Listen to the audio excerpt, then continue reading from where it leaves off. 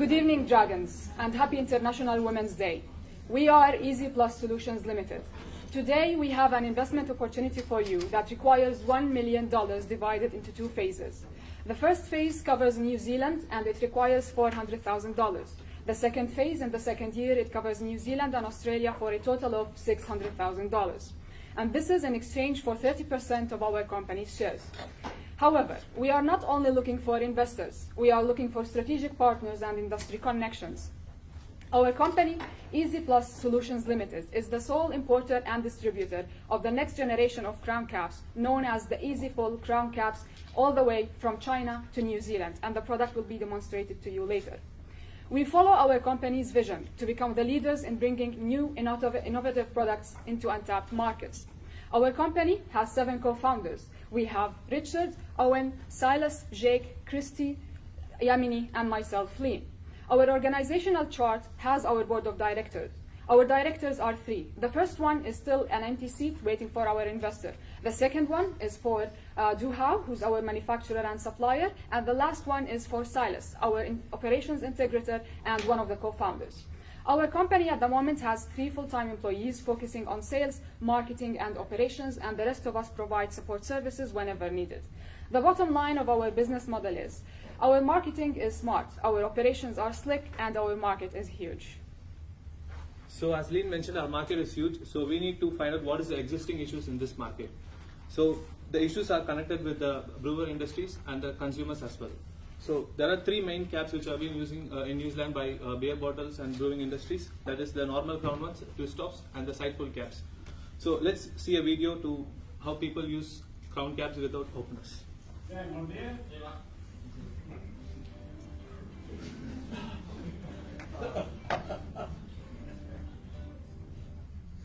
As you see in the video, people struggle to open their bottles without openers, and also they tend to use teeth or other bottles, and they usually hurt themselves. Assume if you are going for a camping and you forgot your opener, and there is no convenient way to open the normal crown cap bottles.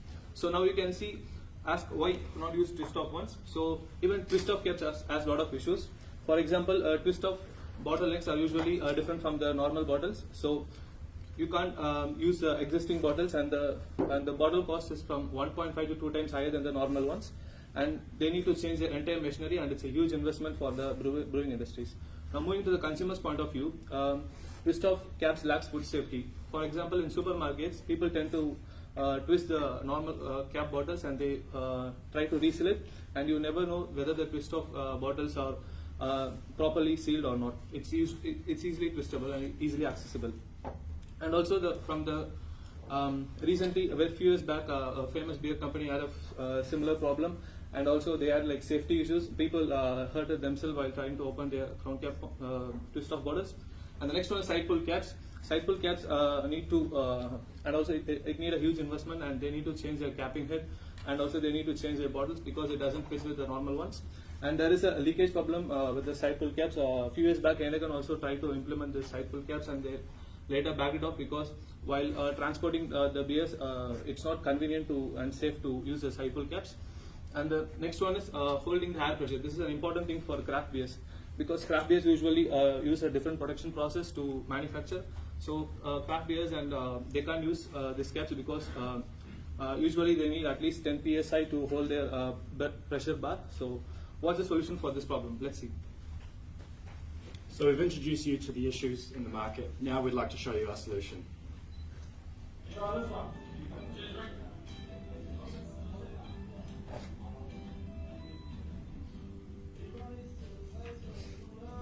I introduced to you the Easy Pull-Up bottle cap. I'll just show you how it works. So you simply pull it up, around, just like that, your beer's open. Now there's some benefits for the consumers first. Firstly, it's convenience and safety. No longer do the consumers need to worry about having a bottle opener with them, or if they can't find one, they don't need to use the dangerous methods of using their teeth, using other bowls, using knives, for example. We've created a solution to the problem that will solve lots of issues in that way. As well as this, now we're talking about the brewers, our customers. For them, the benefits about our Easy Pull crown caps is that they're compatible. There is no need to change their machines, there is no need to change their bottles. All they need to change is their bottle caps. This saves them a bunch of money and makes the change cost very low because all they needed to change is the caps. As well as this, brewers like to stand out from one another. They like to show that they're different to each other.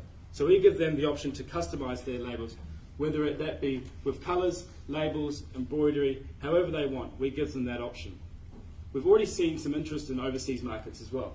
This is DrinkTech, which is one of the biggest beer expos in Munich, in Germany. This happens just before Oktoberfest. So Silas was there, and he noticed that there was 80 to 100 people coming to see this product every day. There was huge interest in the brewers, and customers were made, relationships were built. We also see Snow Beer. This is actually the largest selling individual beer in the world. This is a Chinese beer, and they have already done the market research. They've already done the lab testing. They've just recently, last week, completed the consumer trial. Now they are moving on to full mass production next week. Tsingtao is the oldest beer in China, and they are just one phase behind. They are doing their consumer trials next week and will move forward from there. We've also seen growth in Africa, Europe, Latin America as well. But let's see what our consumers in New Zealand think of our product.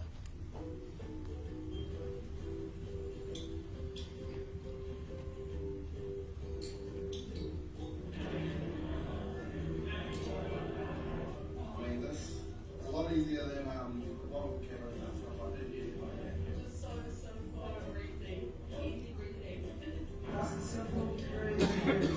Normally we use bottle openers to open up our bottles. If you don't have a bottle opener around, or when you can get it, it's very simple to use. Nice and quick. So, why us? Why Easy Plus Solutions? Because we are unique, exclusive, patent, and efficient. We have the unique manufacturer. Yes, China has some food safety issues, but China also has respectable factories. These factories spent 20 years to develop and commercialize these products. And they even developed the unique machines to produce the unique products. Here is how they produce the caps.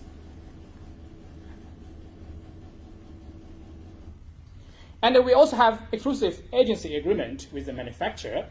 I worked in the beer package industry for 7 years. I visited 40 countries and developed business with AB InBev, Heineken, Carlsberg, Kirin, and a lot of big breweries. And we also have successful cooperations with the manufacturer in other markets, for example, in Europe. So they asked us to be their exclusive agent in New Zealand, Australia. This gentleman is the owner and president of this company. Let's listen what he said. 我是烟台拉德高光科技公司的董事我授权给周翔作为我们公司在新西兰和澳大利亚市场开发业务的独家代理。我也愿意成为他们公司的独立董事，协助他们共同开发市场。谢谢。They applied patents in different countries, and now we are preparing the patent application in New Zealand and Australia. The consolidated relationship with the manufacturer make our supply chain much simpler, easier, effective, and efficient. That reduces the whole project risk. Where begun is half done. Another half of our success is the quick market penetration. Let me introduce what a huge market will enter.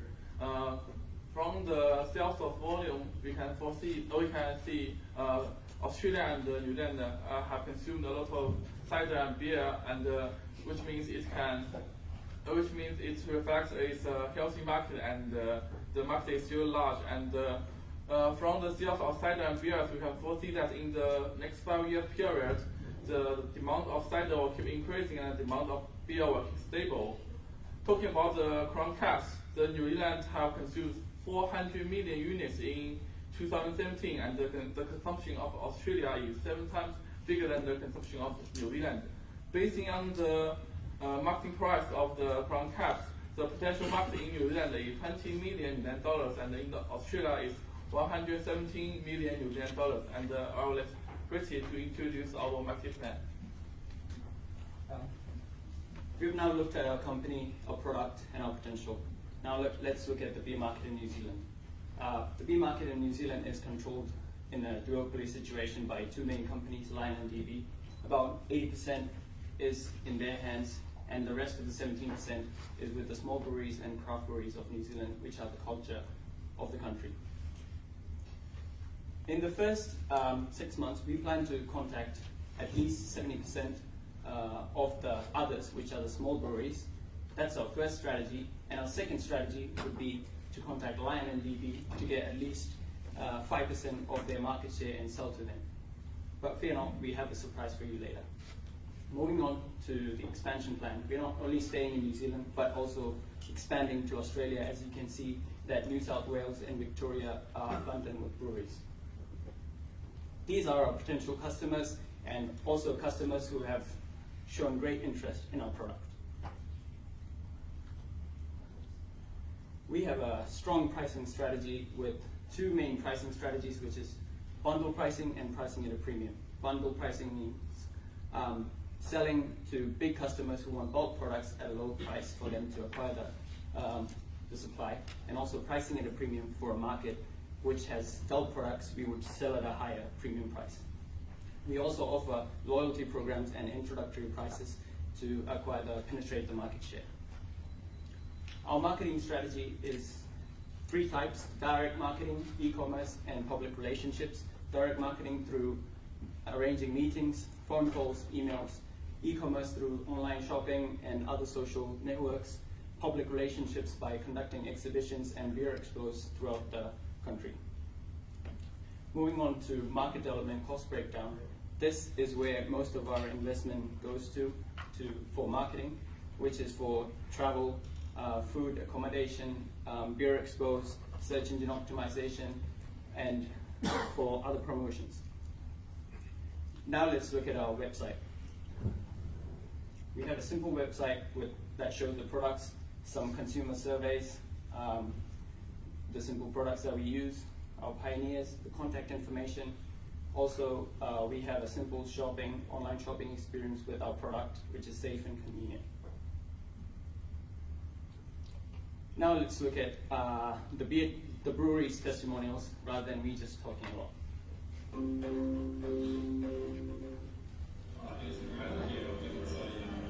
It's something that's new and different, and that's what craft is in our DNA, looking new and different things. So compared to a normal cap, that would be a lot easier to open. I like it though. I think it's a really interesting cap, and I think it's more quality like consumers and stuff. Especially like if you're just going out with your mates and stuff by the beach, you don't have a bottle cap like you're on it, you know? Alright guys, it's really cool. It's nice and easy. It's got legs. Yeah. This is our new crown, the full top. Easy, simple is what we like. Hi folks, I'm Fraser from Birdbeck Brewery in Hamilton. We've just bottled our Mosaic XPA and we've used easy caps. You can see there, it's a full cap, no change to the bottling plant was needed, so it's just like an orthodox bottle cap, and it goes and bottles very nicely. So throw out your fish slice, throw out your bottle opener, all you need, now open it. That easy.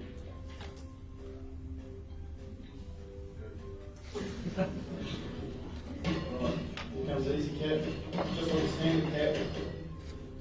On it goes, shake down, and bang. Beautiful. Experiment with it. So as you can see, we're not here to try and enter the market. We're already in the market. Fraser, after we sat down with him for a lunch meeting and showed him our product, he showed huge interest.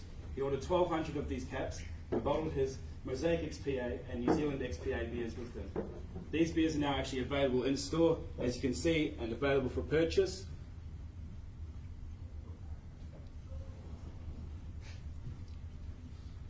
Not only this, but just this morning we had contact with Lion Brewery. We had contact with Mike, we had a phone call with him and showed him our product on Skype. He was really interested in our product. He introduced us to the fact that they are looking at bringing in 50 million units for a future potential market, so there's huge potential here. We've shown him, we have to send him all our details, all the specifications, and he's going to go from there. He's also talked about talking to his colleagues in Australia, where there's 10 times the amount of volume there, and so there's huge growth in that market as well. moving on to the financials, we first look at the net present value and the investment we've requested.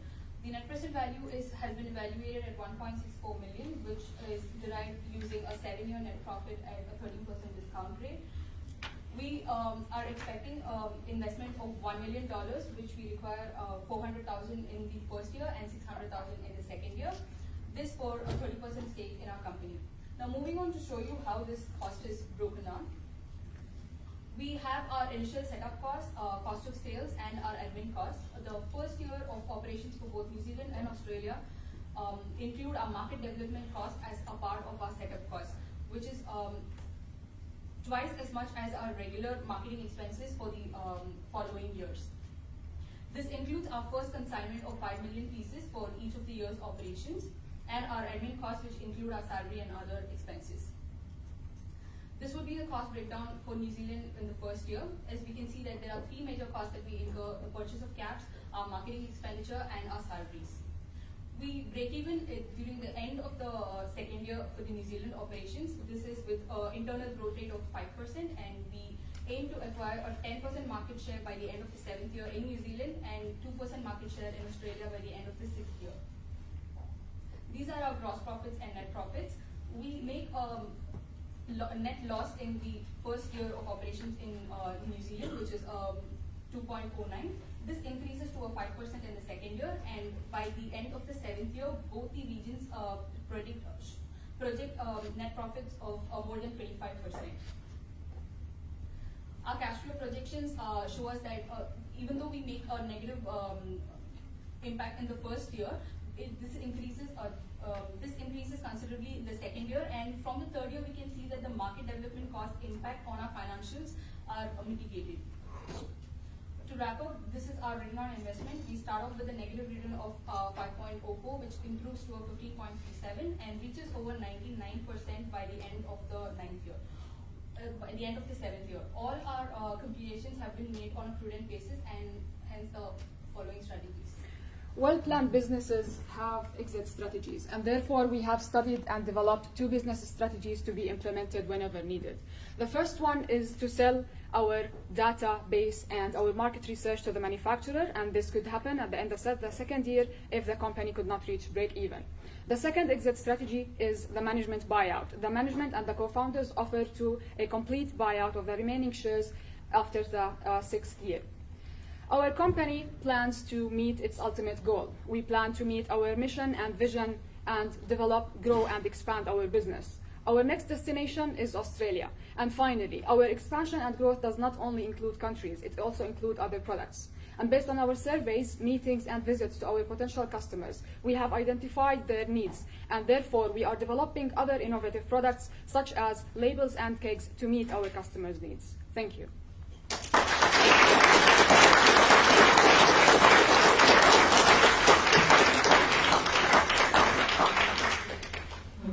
Really lovely product. It's pretty cool. 2 quick questions. First of all, have you had any professional advice as to whether you can get patents in Australia and New Zealand? Yeah, for the patents, we are just consulting with the lawyer. We have not yet started recently, but I have talked to the manufacturer. They asked us to apply for the patents in New Zealand and Australia. This is a last step.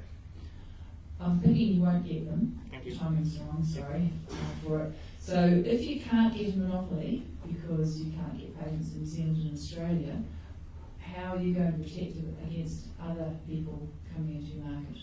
Yes, in fact, we have the backup.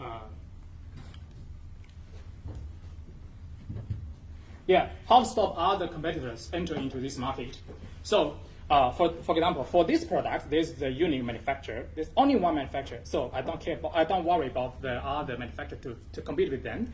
What I worried is other agent will, conflict and enter into my regions. So we have to emphasize the channel management because there's only one supplier in this market. It's quite easy for him to control the channel.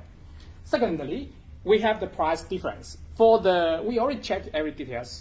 The price they supplied to other agent is $0.02 US, A or B. You can check it on internet. You can find it. But the price they sold us, DDU or even include the tax DDT is less than 2.5 cents. So this is the price differential. Third one is a quick market penetration. This is why we spend lots of investment in the market penetration. Fourth one is the interdependent relationship with the manufacturers. Hope this can answer the question. Thank you. Hey, well done. I thought that was a first class presentation. Thank you very much. Okay, these are awesome, mate. But, so we talked about like small breweries. What's the additional cost of one of these to to a regular bottle cap? So when we're talking about small breweries that might need a few thousand bottles, but when we're talking about the large breweries, what is that? When they're making hundreds of thousands of bottles, what's the price difference to them then, and how likely are they to wear that? Yes, this is our price strategies. For the big guys, for example, 9 DBs, we will provide a very competitive price because we will face the competitors is the normal corn cap. But for the we call them micro breweries, the draft beer brewers, they use small volumes, but it's fun. We can when we interview the breweries, they told me, okay, we don't care about price. We don't care about price. Currently they can buy accept 10 cents for one pieces of the corn cap, but we can sell it at 4 or 5 cents. That makes sense. And you'll still make money. Yes, make a lot of money, even higher profit than the big customers. Big customers, they have huge volumes, so we keep lower market. Thank you. Thanks, guys. That 50 million bottle cap order you talked about, what period would that be spread over? So this is their projections for how many they would potentially need. This is just from a discussion this morning. This is pending where they go through the right processes. This would take a few months to actually get there. Any indications of time frames for that? It's a per annum volume for one particular brand that Lime owns. Random question, but what do you need us for? Why do you need us as investors? Yes, for these questions, as Lin already explained to you, we need the money to start the quick market penetration. Because these products, they spent 20 years to develop these products, but they just launched and commercialized these products 2 years ago. DreamTech is the first show for that product. Last year, just in September. So we want to start the market and quickly to take the market share. So we need the investment. And meanwhile, we also need the strategic partners who can help us. Of course, I have some contacts, but that's not enough. I need some people who can help us to quick penetrate this market. This is what we want from you. Thank you. Thank you. Hey, again, great presentation, very slick. All right, really well done. Really enjoyed it. You noted Kirin before as one of the breweries. Are they already using Kirin buying this cap currently? No. You said Kirin the brewery, yeah. One of the world's largest breweries. I think you said that they showed us in the cap. That's Snow. Snow is one of the biggest single brand in the world. Yeah. Who makes Snow? CRB. CRB yeah, is also you mentioned Kirin, which is probably one of the largest breweries in the world. AB InBev is the largest breweries in the world. AB InBev is the owner of Weizen. Yeah, I know Kirin. The only reason I know Kirin is because they own a lot of breweries, and if they're using Kirin out of Japan, and they're already supplying the bottle caps, why would they not simply supply their own supply line back through, which leaves you at risk? Okay, but you answered the question for me. That's fine. If we give you $1 million, we get 30% of the company. Yeah? Yes. So where's the other 2.3 million, 2.66 million? I don't know, where's my maths gone? Where's the rest of the money that makes it so we're doing 30%? Are you putting the rest of the money in? Yes. So our initial budgeted cost is around 1.175 million. So we are requesting for 1 million from you for a 30% stake in the company, and the rest will be divided amongst us. So you do 175,000, we'll do $1 million, and we get 30%. Okay. Small problem with that. No, but because this is what if I said I wanted 80%? We could offer that maybe for 2 years, and then we would have a buyout option. Good answer. As a rule of thumb, you should consult with your partners first. No, this is already consulted. Real quick, guys. Very impressed with many of you. So I've got a simple question actually. just the difference in a cost of if I was to buy a DB export, and I know what my cap looks like, and this cap, what's the cost difference? From a normal crown cap to that of, okay, a normal crown cap ranges from 2 to 3 cents USD. We have it. Yeah. So this is the difference between the three solutions. First one is the normal crown cap, and the twist-off cap, and the set-growing cap. So for the twist-off cap is 2 to 3 cents, and for the normal crown cap is around 2 cents, below 2 cents, some between 1 to 2 cents. So our competitors should be the twist-off and set-pour. Set-pour, the cap, the cost is around 5 to 7 cents, and the twist-off cost is 2 to 3 cents. But for other products, they have changed the borders, they have changed the machines. That's the extra cost. Thank you. Do you know how much it costs to change machines? Yes, in fact, there are two qualified supplier for set-ring manufacturer. One is a Japanese, we call them Nippon Kruger, and another one is an Italian company, is Pennoni. So there are two suppliers for the set-ring caps. Did you think that the yes. DBs and Lancers were willing to change the machines to? Yes, if they change the machine, yeah, the machine is just cost $140,000. It's quite a small money, but the cost is very expensive. You guys, fantastic products, and yeah, really interested by it. Did want to ask, you talked at the start of your presentation about the failures of especially the side pull caps. If I'm one of the breweries and I'm being presented with this, what testing and things can you show us? And you know, I guess to show us failure rates for your caps versus existing caps. So if I say switch to your product, am I at less risk, the same risk, or more risk of product failure through caps coming off, caps failing? What testing has been done? Yeah. We have the test report for that, and the standard crown caps need 10 psi and meet the standard the pressure, air pressure. So if you were to say, you know, failures per million, I mean, so in say New Zealand's wine industry, for example, changed from corks to screw caps, and we were a world leader in that. It was an easy decision because corks had such a high fail rate next to twist caps. If you look at your products, if I'm going to switch over to you know, what that testing that you've done, what is the failure rates like? I mean, has the product got any kind of issues or? No issues.